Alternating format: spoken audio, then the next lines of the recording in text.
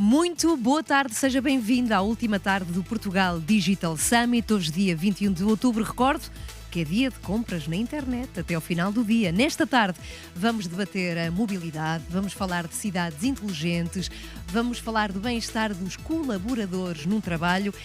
E já a seguir, dentro de meia hora, acredito que seja um debate bem interessante, com muito conteúdo, muitas perguntas, muitas respostas. Vamos falar de conteúdos ilícitos online.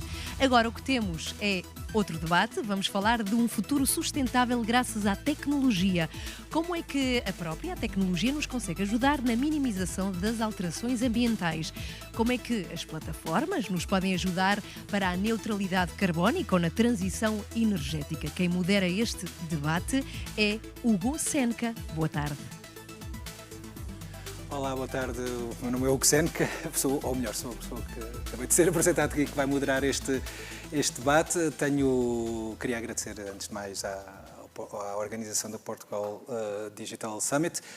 Hoje vamos falar sobre tecnologias que podem ajudar a evitar, a alterar as alterações climáticas.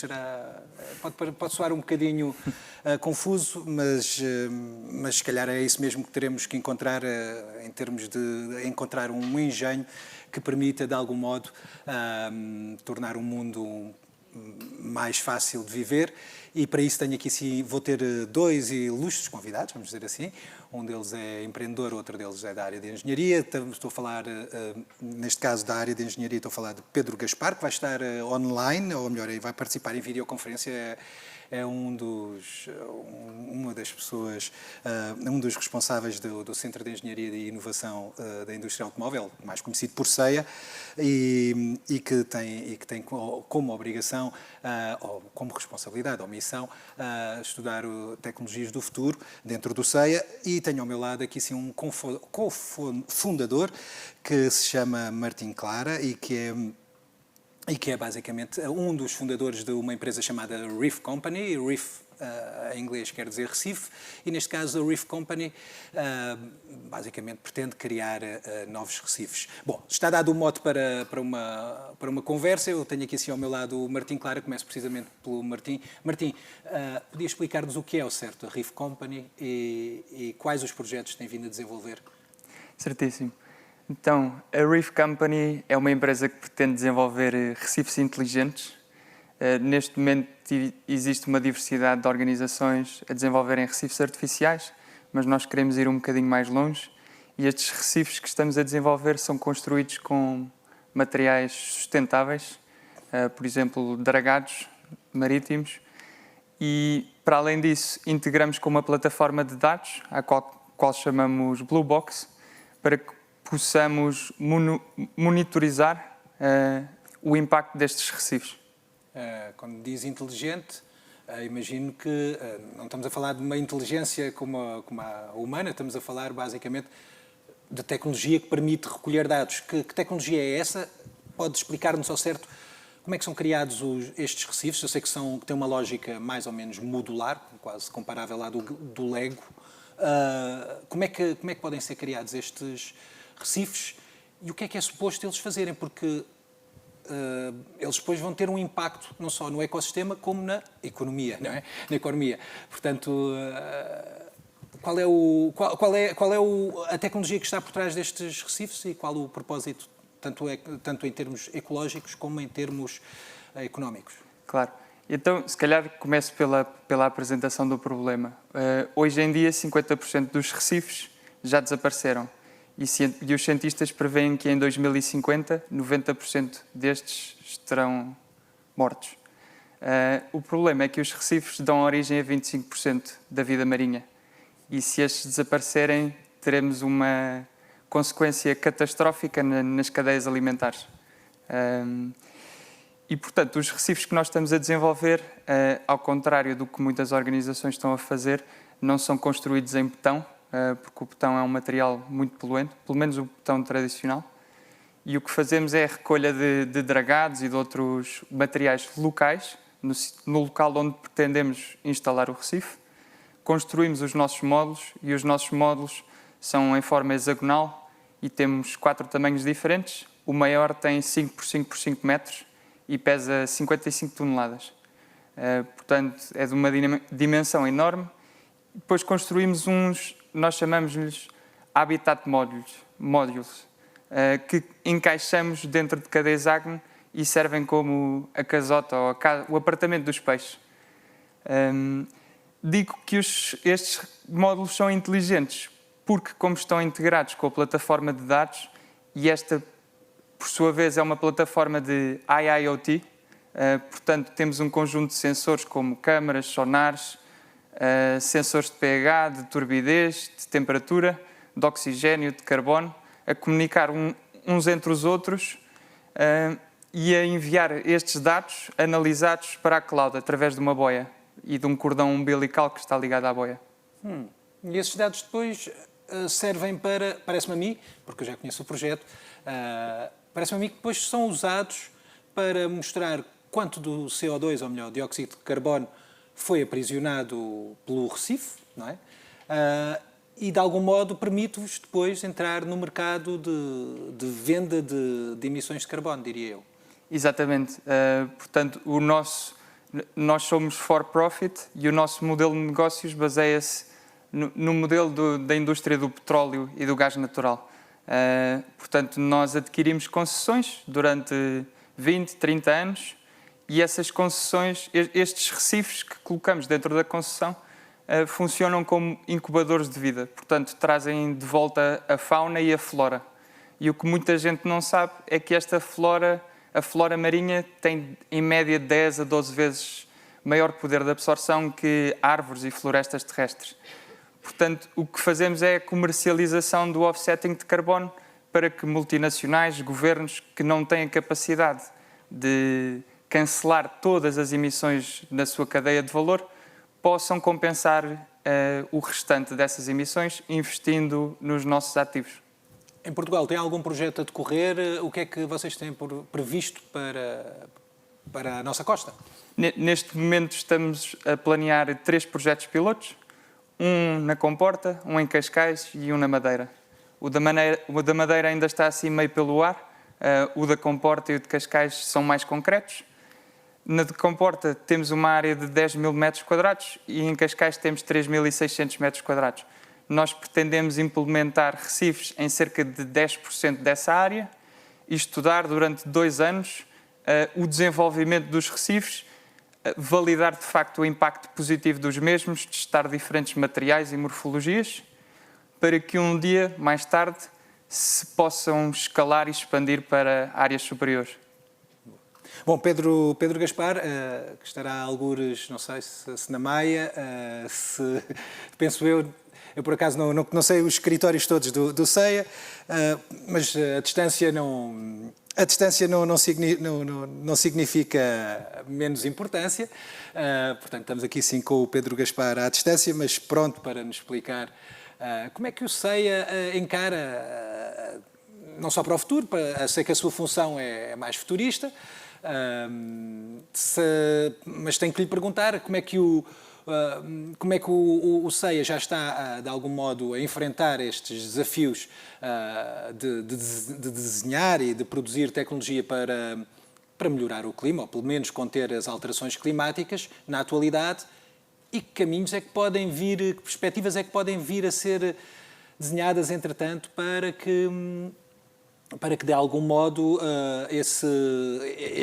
aquilo que está a ser pensado e que está a ser feito agora, tanto o que é de bom como é de mau, o que é bom naquilo que é bom ser melhorado e aquilo que é mau ser evitado, que perspectivas é que grandes tendências é que vê para o futuro?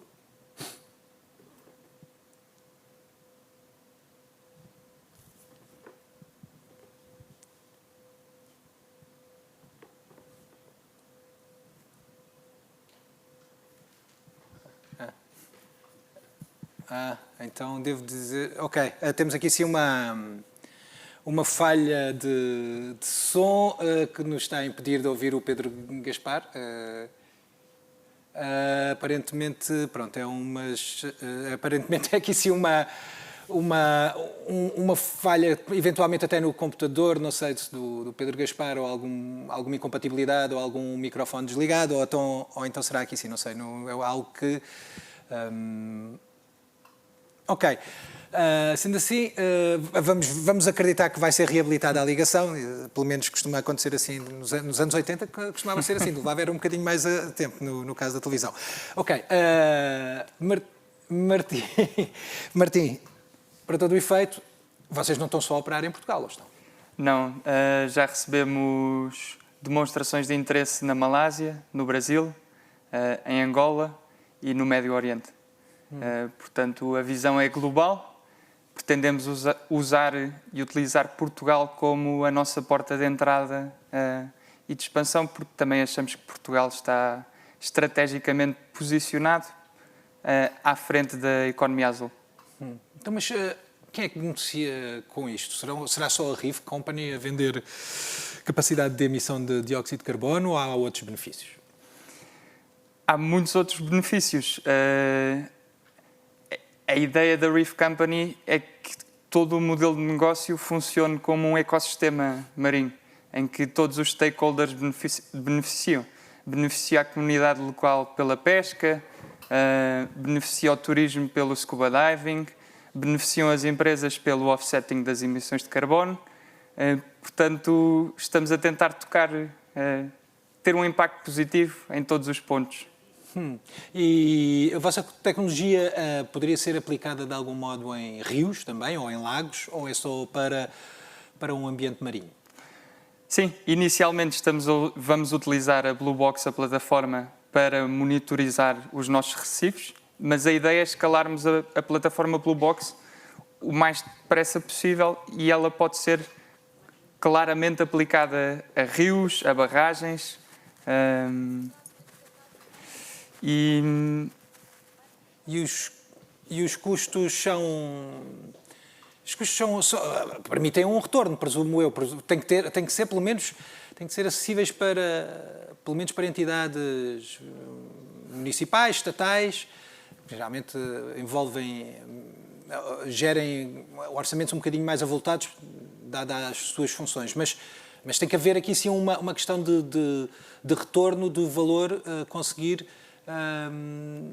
de o valor conseguir de algum modo permitir uma rampa de lançamento para um futuro lucro ou não? Sim, claro. Do lado do carbono é mais fácil calcular o valor porque já existem mercados de carbono e mercados de futuras emissões de carbono já estabelecidos no mundo.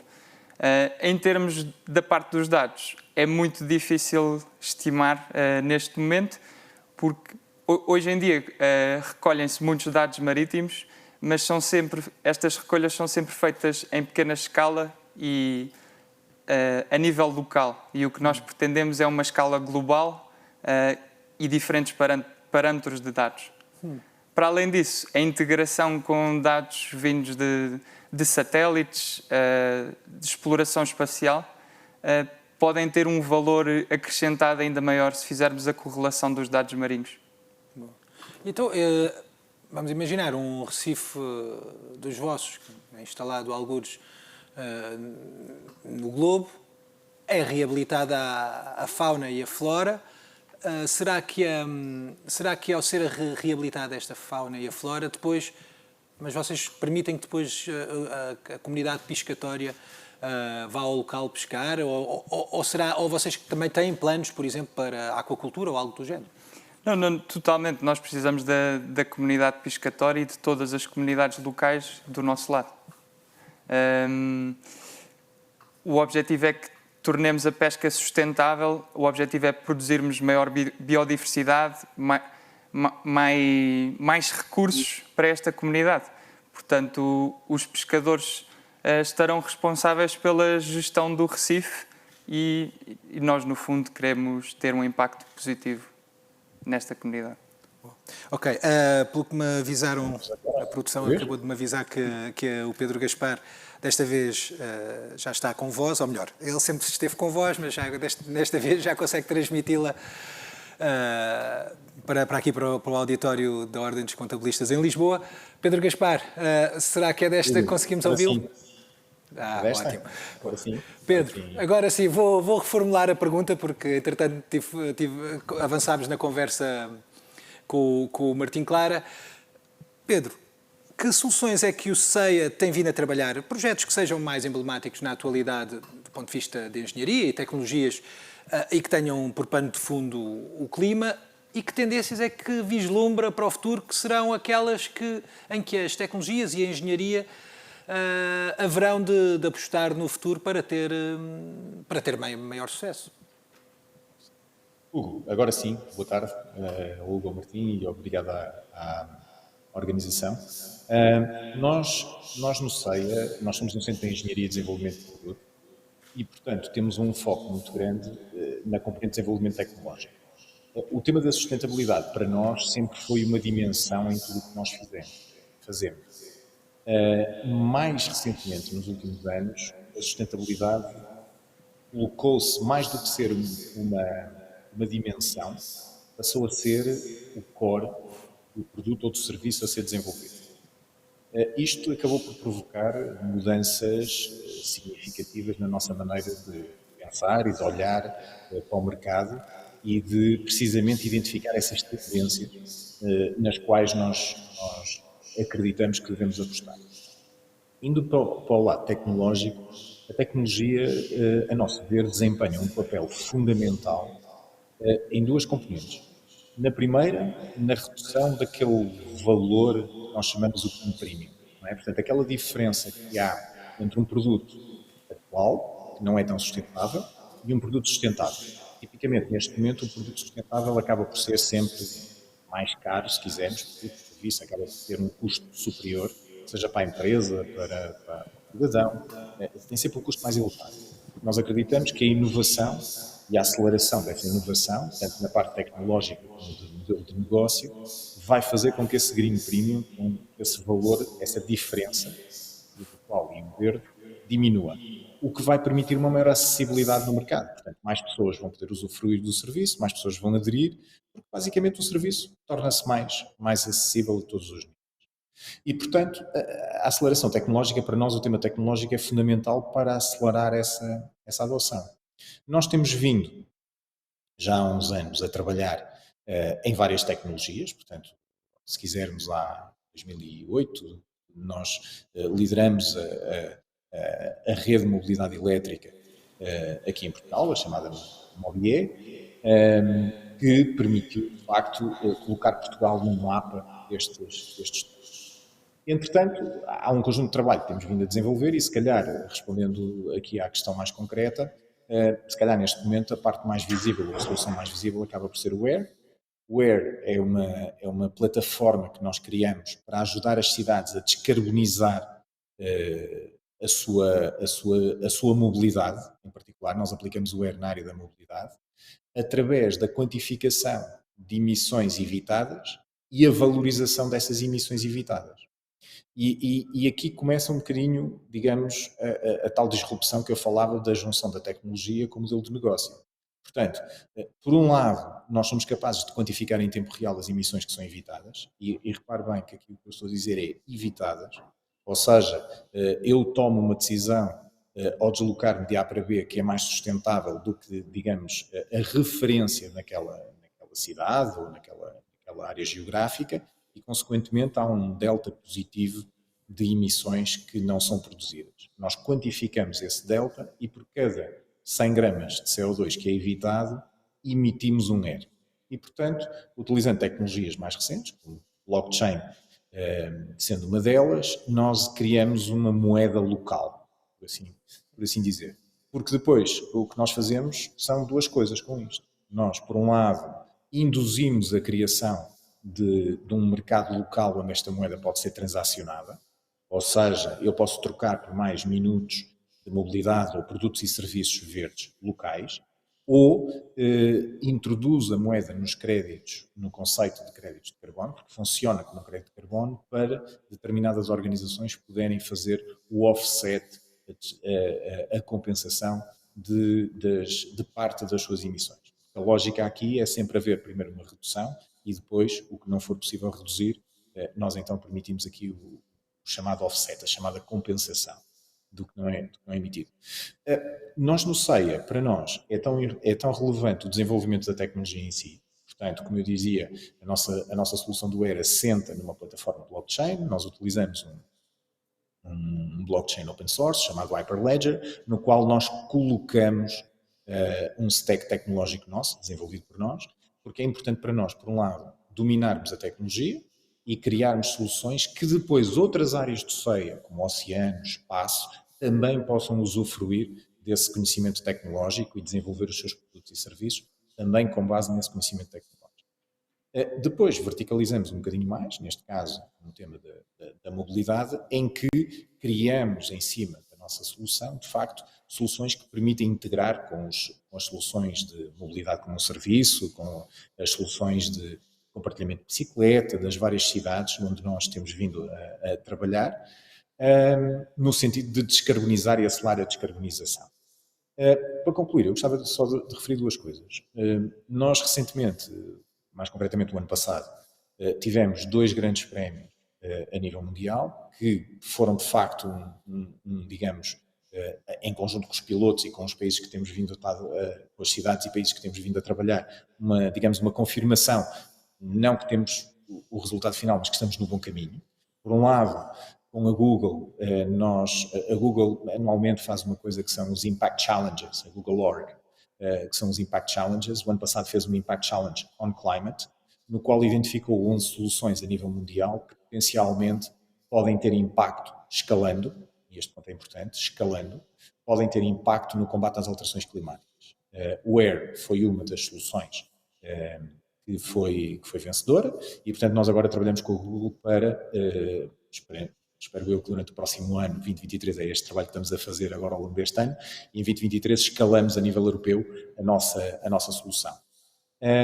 Também, no fim do ano passado, a União Europeia criou uma framework nos 27 países para conectar, para ligar o Pacto Verde Europeu, o Green Deal Europeu, às pessoas e às cidades. Uma iniciativa que eles chamaram de New European Bauhaus, assente num triângulo entre sustentabilidade, inclusão e estética, para, de facto, produzir e trazer para as cidades, para o dia-a-dia dos cidadãos, estas realidades e ter impacto, o Pacto Verde Europeu ter impacto, de facto, no nosso dia-a-dia. De 2.100 projetos de 27 países, foram selecionados 10 e o Air foi um dos 10 selecionados. E, portanto, nós temos vindo a trabalhar com estas grandes instituições, com várias cidades, de facto, para fazermos aqui esta transformação. Porque, se por um lado a tecnologia é muito importante, no fim do dia, o que nós estamos aqui a incentivar são alterações comportamentais, não é? Que é uma coisa muito básica e muito humana. Por um lado, nós não achamos muita piada à mudança, mas que é fundamental para alicerçar, de facto, um novo caminho neste tema da sustentabilidade e da descarbonização. Por mais tecnologia que a gente atire para cima e mais dinheiro que nós coloquemos no problema, se de facto, a meu ver, não houver uma alteração da nossa frame mental, do nosso mindset, da forma como nós olhamos, quem diz a mobilidade diz a maneira como vivemos, os modelos no qual nós assentamos a nossa realidade, nós não os repensarmos, esta transição vai ser muito mais dolorosa e muito mais complicada. Presumo neste caso que, pelo que percebi, esta alteração de mentalidade terá de sempre ser potenciada por uma lógica de negócio, não é? É isso que facilita as pessoas a aderirem a novos modelos, a possibilidade, cá está, de converter as poupanças que fazem nas emissões de dióxido de carbono em produtos e serviços. Será que é este o caminho, a mentalidade que fala? Não. Ou seja, vamos ver, uma coisa é o incentivo, não é? E nós sabemos que um incentivo, se for bem colocado e bem induzido, vai provocar uma determinada consequência. Alterações comportamentais, diz-nos teoria económica e teoria comportamental, não são produzidas ou não são garantidas só porque temos lá um incentivo. Eu depois retiro o incentivo e vou voltar ou ao mesmo ou outro diferente que não está relacionado com o objetivo que eu quero atingir. Portanto, o que a nossa solução promove ou procura fazer é, por um lado, utiliza os incentivos de uma forma que nós acreditamos é inteligente, no sentido de, permita-me a redundância, incentiva uma determinada opção em momentos estratégicos, mas, acima de tudo, garante que há uma repetição destas mesmas opções e uma tomada de consciência da ação. Porque, ao fim e ao cabo, o que nós estamos aqui a induzir são ações, pequenas ações, não é? Pequenas ações, mas que têm todo um efeito de externalidades muito, muito forte, a nosso ver. E, portanto, essas pequenas ações acabam por, de facto, induzir, de várias maneiras, induzir, no médio prazo, alterações e opções comportamentais. Um ponto importante para nós é que nós, tipicamente, quando pensamos nos mercados de carbono, acontece o seguinte: eu vou ao mercado de carbono e posso comprar uma licença para emitir 1 tonelada de carbono que me vai custar, enfim, há valores de hoje, cerca de 60, 70 dólares. Okay? E eu posso emitir mais 1 tonelada para a atmosfera. Nós assentamos o valor da solução numa outra métrica, que é o custo social de carbono, que é o custo que tem para a economia a emissão dessa tonelada e o manter essa tonelada na atmosfera, como é óbvio. Portanto, a emissão é feita e depois fica na atmosfera. Isso para a economia tem um custo adicional, por razões de saúde, de produtividade, de ausência de trabalho, uma série de coisas, externalidades. E, portanto, os economistas cunharam um termo chamado custo social de carbono, em que, por exemplo, aqui em Portugal, o valor, o impacto para o PIB por cada tonelada de CO2 que é emitida e que fica na atmosfera são cerca de 200 euros a tonelada. Portanto, este valor não é uniforme pelo mundo. Há países com um impacto menor e há países com um impacto muito superior a isto. Okay? Não há uma fórmula única, mesmo a nível da ciência, das Nações Unidas, etc. Não há uma fórmula única para se calcular e para se chegar a uma precisão sobre o tema do custo social do carbono. Sabemos é que é um valor altíssimo e que, de todo, o mercado dos créditos de carbono, nomeadamente das emissões para emitir carbono, está alinhado com este custo, de todo. E, portanto, há aqui modelos que têm que surgir, que podem surgir, e temos tentado que eles surjam, nós próprios, que permitem, de facto, explorar, criar valor e capturar esse valor com um impacto positivo, portanto, tendo uma ação climática positiva. Ok. Pedro Gaspar, quero agradecer a disponibilidade para falar sobre algumas das inovações que têm sido pensadas no SEI e que algumas delas já tiveram algum sucesso e têm sido implementadas em Portugal, pelo que ficamos a aguardar aqui pela plataforma HARE, começar a ajudar-nos a limpar um bocadinho, a desanuviar o ar, não é? Pelo menos de dióxido de carbono. E será agradeço-lhe a prestação. Também queria agradecer ao Martim Claras. Espero que em breve tenhamos recifes a reabilitar os mares de Portugal e de outros mundos. E que de algum modo consiga também dar um contributo para os oceanos, rios e barragens mais limpos e com mais vida. Foi o debate, foi a conferência e o debate sobre tecnologias e alterações climáticas. Já a seguir vão ter muitos mais debates com o Portugal Digital Summit, que seguramente serão tão merecedores da vossa atenção como este debate. Obrigado, boa tarde.